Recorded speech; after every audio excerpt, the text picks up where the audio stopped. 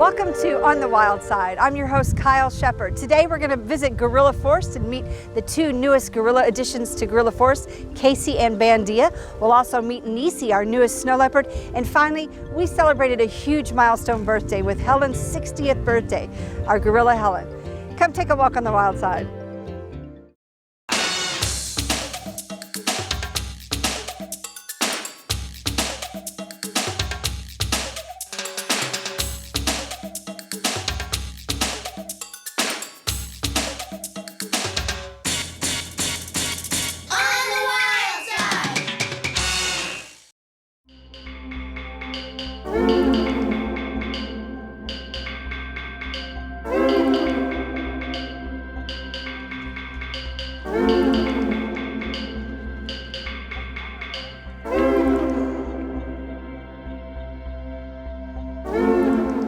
We're here at Gorilla Forest with keeper Michelle Wise. We've got two new additions to our Gorilla Forest, Casey and Bandia. So tell us a little bit about our new silverback Casey and then our new female Bandia.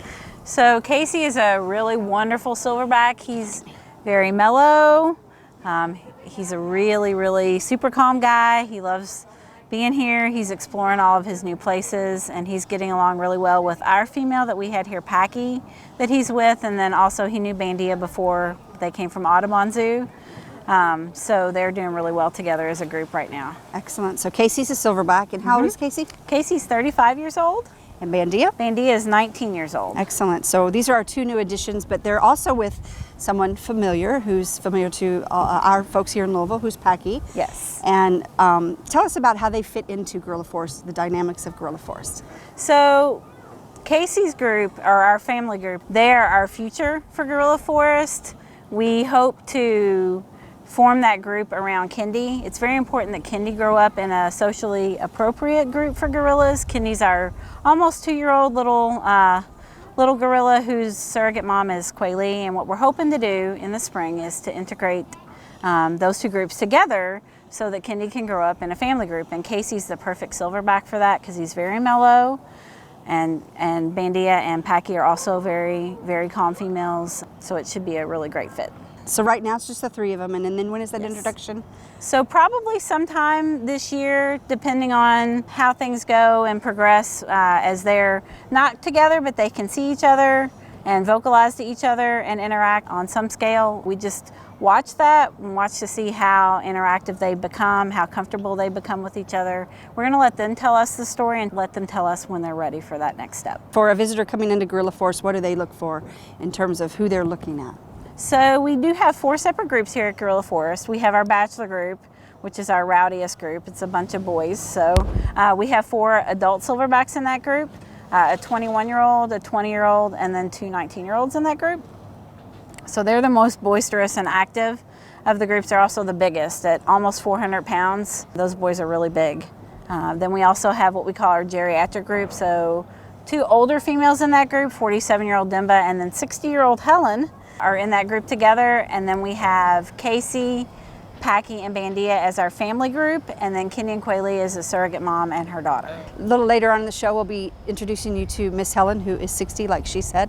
And thank you for all your wonderful work at Gorilla Forest. And you've been here a long time, my friend. Long time. So what's your favorite part of the job? Probably just being around the animals and learning them. They always have a few surprises for us. You always have to look at this as you're always learning. You never know everything, and we have to be real open to that. So I love coming in here every day and learning new stuff all the time. Excellent. So to move a gorilla from one zoo to another takes a lot of cooperative effort. Can you tell us about those efforts? So in North America, we operate under a gorilla SSP. So SSP stands for Species Survival Plan. And it's a group of curators and vets, some that are on a committee. They keep track of which gorillas are where, who's related to who's been born that year, who's passed away that year, and to keep a high genetic diversity in the population, but also to have species appropriate groupings. That can be bachelor groups, that can be family groups, it can be geriatric groups. So there's a whole lot of different groupings for gorillas, but they keep track of all that stuff, and then they make recommendations for gorillas to go to different places, because gorillas are wired to not necessarily stay in the same group their whole life. They move around. So we try to recreate that in our North American population, and we look to them for that guidance. They make those recommendations based on not necessarily only genetics, but also based on, is this a good fit personality-wise? Are these personalities of these gorillas likely to mesh? And that's where they look to to the curators at the different zoos that manage gorillas to say, this is a plan that we potentially have. What do you guys think of this? And then once they finalized all those plans and everybody said yay or nay, then it's up to those zoos to work in cooperation to set up when gorillas are going to move. And then down the road from that, there's also sometimes potential for breeding recommendations. We want to make sure that we're responsible with that, so when we allow gorillas to breed, that there is a plan for that offspring down the road, and that they grow up in species appropriate groupings and things like that. So we want to make sure that we do right by these guys, and that's why there's a lot of thought. So much thought goes into that part of the job. So. Absolutely, great. So earlier we did see Casey and Bandia interacting with a new climbing structure. Yes. The UAW 862 Ford ramp team built that for us, for the gorillas. So what do they do on that? What does it represent for them? So it's still a pretty new part of their exhibit here, but they're starting to explore it. We put some really special treats on there for them, frozen blueberries, peanuts, really special treats for them to encourage them to explore. And it just gives them another dynamic to be able to, I want to lay out here in the sun, but I don't necessarily want to lay in the grass, or I don't want to lay next to Kicho if I'm Bengati. So I can go up here and lay on this nice climbing structure out here and lay in the sun and just kind of hang out and relax. So it's a really, really great addition for us, and we're starting to see some really positive exploration of that space, and as they start to get to know it. So. Well, thanks to the UAW 862 Ford ramp team for building that climbing structure for the gorillas. And come on out and see our new additions, Casey and Bandia. There's always something to delight you at the zoo.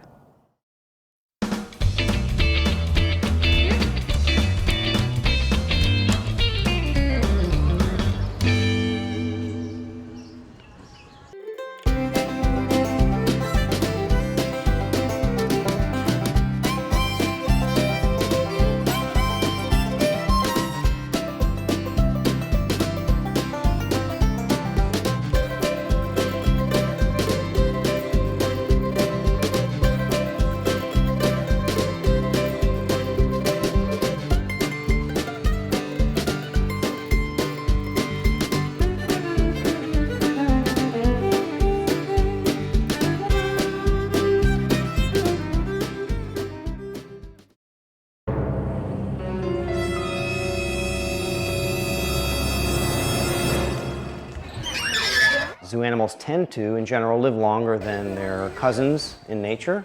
Nice. And that's in part because of the great care we provide here at the zoo. We have flamingos in our Chilean flamingo flock that are in their 40s and 50s. We have Helen, who's a western lowland gorilla in gorilla forest. Happy birthday to you. She's the second oldest gorilla currently in the country. As far as Aldabra tortoises, our giant tortoises in islands, we have one that's over 80 years old. So we have some really old animals here in the zoo. That is Miss Mickey. Animals in the zoo don't have to deal with predators or poachers. They don't have to worry about migration or defending territories. And let's face it, they have room service. So life is easier and is safer. The geriatric animal is one that is far along in its life stage. This is a hip radiograph from our 6-year-old male snow leopard Kimti. Snow leopards can get osteoarthritis or arthritic changes, degenerative changes in their hip joints. Sure enough, he has a little bit of shallowing of the socket and thickening of the femoral neck. And so we're watching him real close for signs of lameness, pain, arthritis. You tend to see diseases that you see in just like an aging human population. So you can have stiffness and mobility issues and arthritis-related issues, more cancer, and kidney and heart disease, also tooth loss and wearing of teeth that makes them difficult to chew and process food. Older animals can develop cataracts and they can develop visual deficits or even blindness. At Gorilla Forest, where we have some older gorillas, including Helen, Staff, we have extra handholds, so it makes them easier for them to climb those big vertical spaces in their day room exhibits. Right. At islands, Good girl. in our tiger holding, we have stairs that go up and down from their shelves. So they have an option of how they get up and down from high shelves. With any kind of joint pain, stiffness, arthritis, we'll do anything it takes to make them comfortable. So it might be deep bedding, it might be anti-inflammatory medication, it might be joint support products. We also think outside the box. We've used acupuncture here at the zoo with our male babirusa named Albus, when he gets acupuncture treatments on a schedule. As animals age and develop, incurable problems, we're always looking at quality of life. Can we control pain? Can we make sure their welfare is top-notch, their quality of life? And then sometimes we have to make the difficult decision to euthanize animals when they have incurable problems.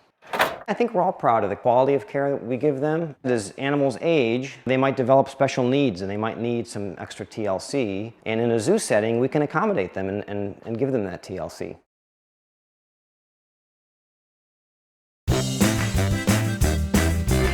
My favorite animal is a seal because my name's Harper and there's a harp seal. My favorite animal is a snow leopard because it's a type of leopard. My favorite animal is a giraffe because I just like how they're tall and I like those spots. My favorite animal is a snow leopard because they're so big and so white.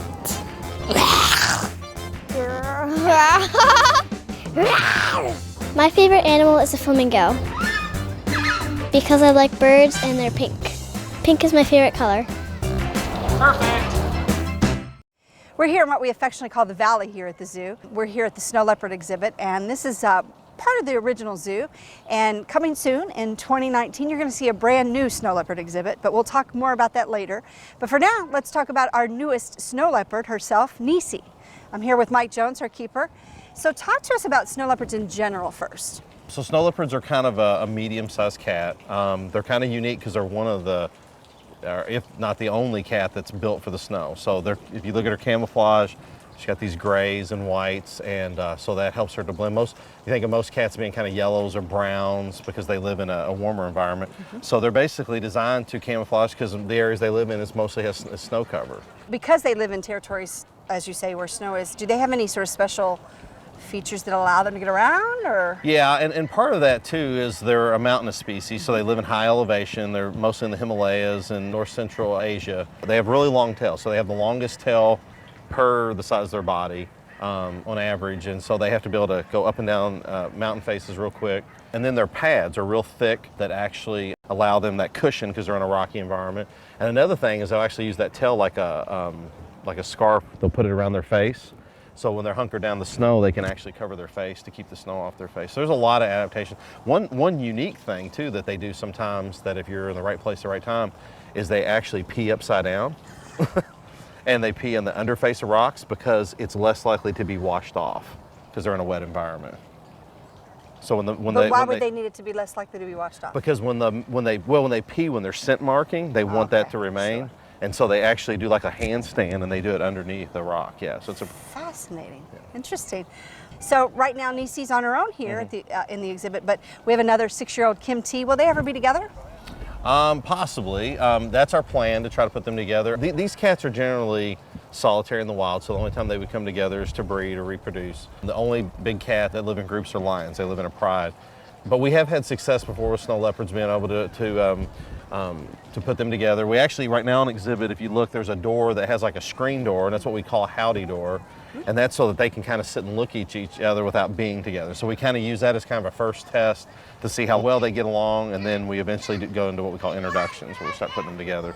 Well, thank you, Mike, for telling us about NeeCee and Kim T. We look forward to being able to tell you soon about our new snow leopard exhibit coming up in 2019.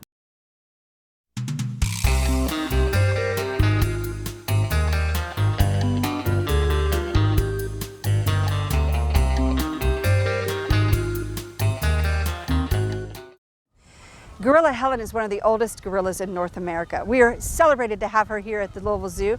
She celebrated her 60th birthday this year in January. Take a look. Happy birthday to you. Happy birthday to you. Happy birthday, dear Helen.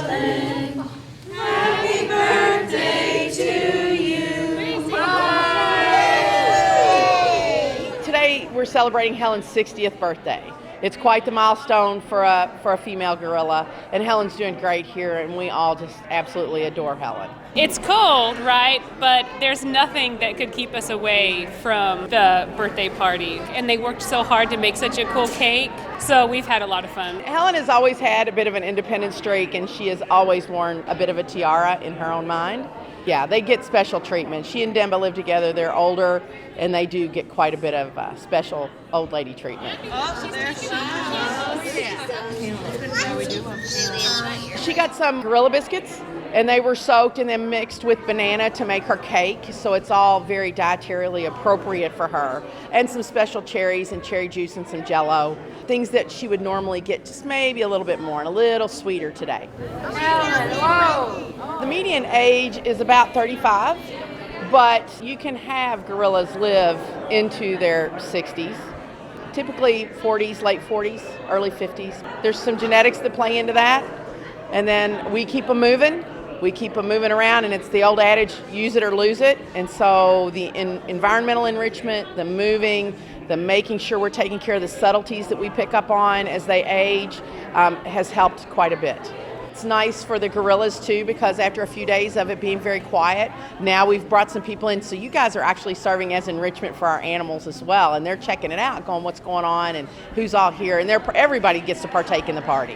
Happy birthday, Helen!